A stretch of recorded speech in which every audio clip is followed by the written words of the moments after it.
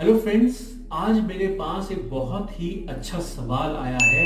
किसी श्रोता ने हमसे पूछा है कि अगर हमारी जीवन और मृत्यु दोनों ही भगवान के हाथों में है तो ऐसा क्यों कि अगर कोई इंसान आत्महत्या कर लेता है तो उसे गति नहीं मिलती। ऐसा क्या कारण है और क्या ऐसा कुछ हो सकता है या ऐसा कुछ है जिसकी वजह से इंसान जब आत्महत्या करने का मन बना लेता है तो क्या भगवान उसे उस समय कुछ याद दिलाते हैं, रोकने की कोशिश करते हैं? ऐसा कोई तंत्र है जिससे कि उसे रोकने की कोशिश की जाती है और वो उसे नहीं मानता, शायद उसी वजह से उसे गति नहीं मिलती। आखिर ये अकाल मृत्यु का रहस्य क्या है? चलिए इसी सवाल के ऊपर हम आते हैं। आज इसी सवाल का जवाब जानने की कोशिश करेंगे हमारे आज के इस वीडियो के माध्यम से। तो मेरे पास एक सज्जन आए जिन्होंने आकर मुझे अपनी आप बीती बताई और बताया कि उनके पड़ोस में एक 22 साल के लड़के ने, जी हाँ, सिर्फ 22 साल के लड़के ने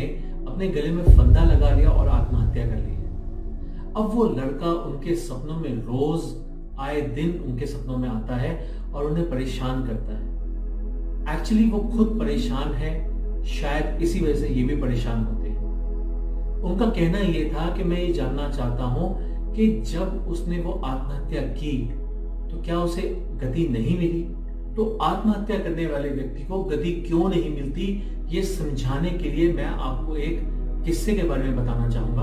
हुआ कुछ यूं कि मेरे पास कुछ समय पहले एक सज्जन आए ने अपनी मृत्यु होते हुए देखा। उन्होंने महसूस किया कि उस सामने उनका एक शरीर पड़ा हुआ है और कोई आत्मा उसके अंदर बार बार प्रवेश करने का प्रयास कर रही है। वो आत्मा रो रही थी, चीख रही थी, चिल्ला रही थी, पर उसे सुनने वाला कोई भी नहीं था। उस आत्मा ने देखा कि उसे सिर्फ एक और आत्मा है जो सुन सकती है और वो उसी के साथ बैठी हुई है। ये देखकर वो विचलित तो हुई कि ये कौन सी आत्मा है, पर उसके बारे में उसने कोई प्रश्न नहीं किया क्योंकि उस समय उसका फोकस जो था वो शरीर पर था कि मैं कैसे इस शरीर में वापस जाऊं, कहीं ऐसा ना हो कि लोग इस शरीर को जला दें और फिर मेरे पास रहने के लिए कोई जगह ना बचे। पता नहीं कहां कहां मुझे भटकना पड़ जाएगा, कहां कहां मुझे जाना पड़ेगा, किस किस से मुझे पूछना पड़ेगा कि मुझे क्या करना है, पर मेरे पास शायद इस चीज का कोई जवाब नहीं होगा। तो वो आत्मा इतनी विचलित थी, इतनी परेशान थी कि बस उसका रोना छूटे जा रहा था और वो हर समय सिर्फ उस शरीर में प्रवेश करने की कोशिश कर रही थी, चीखे जा रही थी कि प्लीज इस शरीर को मत जलाओ, इस शरीर को मत जलाओ, ये शरीर नहीं, ये मेरा घर है, अगर ये चला गया तो मैं कहां जाऊं। इतनी गुहार के बाद भी उसकी आवाज कोई नहीं सुन पाता सिवाय उस दूसरी परछाई के, उस दूसरी आत्मा के, और सभी के सभी उस शरीर को जलाकर अपने अपने घर वापस चले जाते हैं। उसके बाद वो आत्मा रोती रहती है, चीखती रहती है, पुकारती रहती है कि अब मैं कहां जाऊं, कहां जाऊं, मेरा तो घर ही जल गया, मेरा शरीर जल गया, अब मैं कहां जाऊं। और ऐसे ही रोते चिल्लाते वो दूसरी आत्मा से पूछती है कि ये तो मेरा शरीर था, मेरा घर था, जहां से मैं बाहर हूं और वो जल गया। तुम यहां पर कौन हो तुम? तुम्हारा इस शरीर से क्या संबंध, तुम्हारा मेरे साथ क्या संबंध जो तुम मेरी आवाज सुन पा रही हो और कोई नहीं? ऐसे में दूसरी आत्मा ने उसे जवाब दिया कि ये मेरा भी तो शरीर था, ऐसा सब करने से पहले मैंने तुम्हें चेतावनी दी थी, पर तुम्ही ने मेरी इस चेतावनी को सुना अनसुना कर दिया और देखो हम दोनों का घर जल गया है, हम दोनों ही इस घर से बेघर हो गए हैं, हम दोनों ही इस घर से बाहर हैं। यही सब सुनते सुनते, यही सब देखते देखते वो जो सज्जन मेरे पास आए थे उनकी नींद खुल जाती है। जब उनकी नींद खुल जाती है तो बहुत ही असमंजस में की स्थिति में होते हैं। सीधा उठते ही भगवान के चरणों में जाके माथा टेकते हैं और सिर्फ सोचने में पड़ जाते हैं कि ऐसा मैंने क्या देखा, ऐसा मैंने क्यों देखा और इसका मतलब क्या था, क्या था इसका मतलब। यही सवाल लेकर वो सज्जन मेरे पास आते हैं, वो मुझे आकर अपना पूरा किस्सा बताते हैं, पूरे सपने के बारे में पूरा ब्यौरा देते हैं और उसके बाद वो मुझसे पूछते हैं कि अगर वो एक आत्मा मेरा मन थी, मेरी चेतना थी, वो दूसरी आत्मा क्या थी? क्या थी वो दूसरी आत्मा जो मुझे सुन पा रही थी, मेरी आत्मा की आवाज सुन पा रही थी, उसका रोना धोना समझ पा रही थी और कोई नहीं समझ पा रहा था? ऐसा कैसे हो सकता है कि एक ही शरीर में दो आत्माएं हो? क्या ऐसा हो सकता है?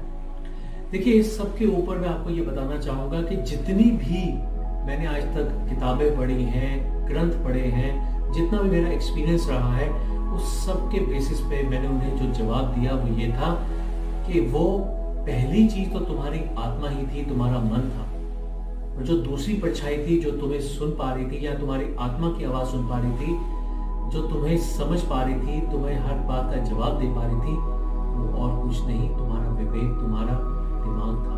ब्रह्मा जी ने जब हमें ये विवेक दिया और उसे हमारे शरीर में सबसे ऊपर स्थान दिया, तो उन्होंने यही सोचा कि अब मानव शरीर को इसी का इस्तेमाल कर कर आगे अपने आप को बढ़ाना है, अपने आप को सुधारना है, क्योंकि हम ये जानते हैं कि जब भी हम कुछ गलत करने वाले होते हैं तो सबसे पहले हमारा दिमाग हमें चेतावनी जरूर देता है। हमारा दिमाग हमें चेतावनी देता है, हमें समझाता है कि ये गलत है और ये सही है, आगे मर्जी तुम्हारी। अब यहीं से तो हमारे कर्मों का लेखा जोखा शुरू हो जाता है। यहीं से तो हमें पता चलता है कि हमारे मन और हमारे विवेक का जब हम इस्तेमाल करते हैं तो वहीं से हम पुण्य को कमाते हैं, और अगर हम इसका इस्तेमाल सही तरीके से नहीं करते तो हम कहीं ना कहीं पाप के भागीदार बन जाते हैं। चलिए अब आगे बढ़ते हैं और बात करते हैं उसी 22 साल के बच्चे की जिसने आत्महत्या की थी। अब क्योंकि उस समय जब उस बच्चे ने आत्महत्या की तो उसने अपने विवेक का इस्तेमाल नहीं किया, इसीलिए उसकी आत्मा प्रेत लोक में भटक रही है और उसे मुक्ति यानी कि गति प्राप्त नहीं हुई। यही सबसे बड़ा रहस्य है जिसे हमें समझना चाहिए। अकाल मृत्यु का रहस्य इसी बात में छुपा हुआ है कि हमें हमेशा अपनी चेतना, अपनी आत्मा और अपने विवेक से काम लेना है और उसी के बेसिस पे सही डिसीजंस लेने हैं और अपने आप को आगे बढ़ाना है। तो चलिए आज की वीडियो में इतना ही। आपका हमारे साथ जुड़े रहने के लिए बहुत बहुत धन्यवाद, और जो हमसे अभी तक जुड़े ना हो वो हमारे चैनल को सब्सक्राइब जरूर करें। मैं उम्मीद करता हूं कि आपको हमारा आज का वीडियो पसंद आया होगा। अगर ऐसा है तो आप प्लीज हमारे वीडियो को लाइक और शेयर जरूर करें। So thank you very much for going through this video.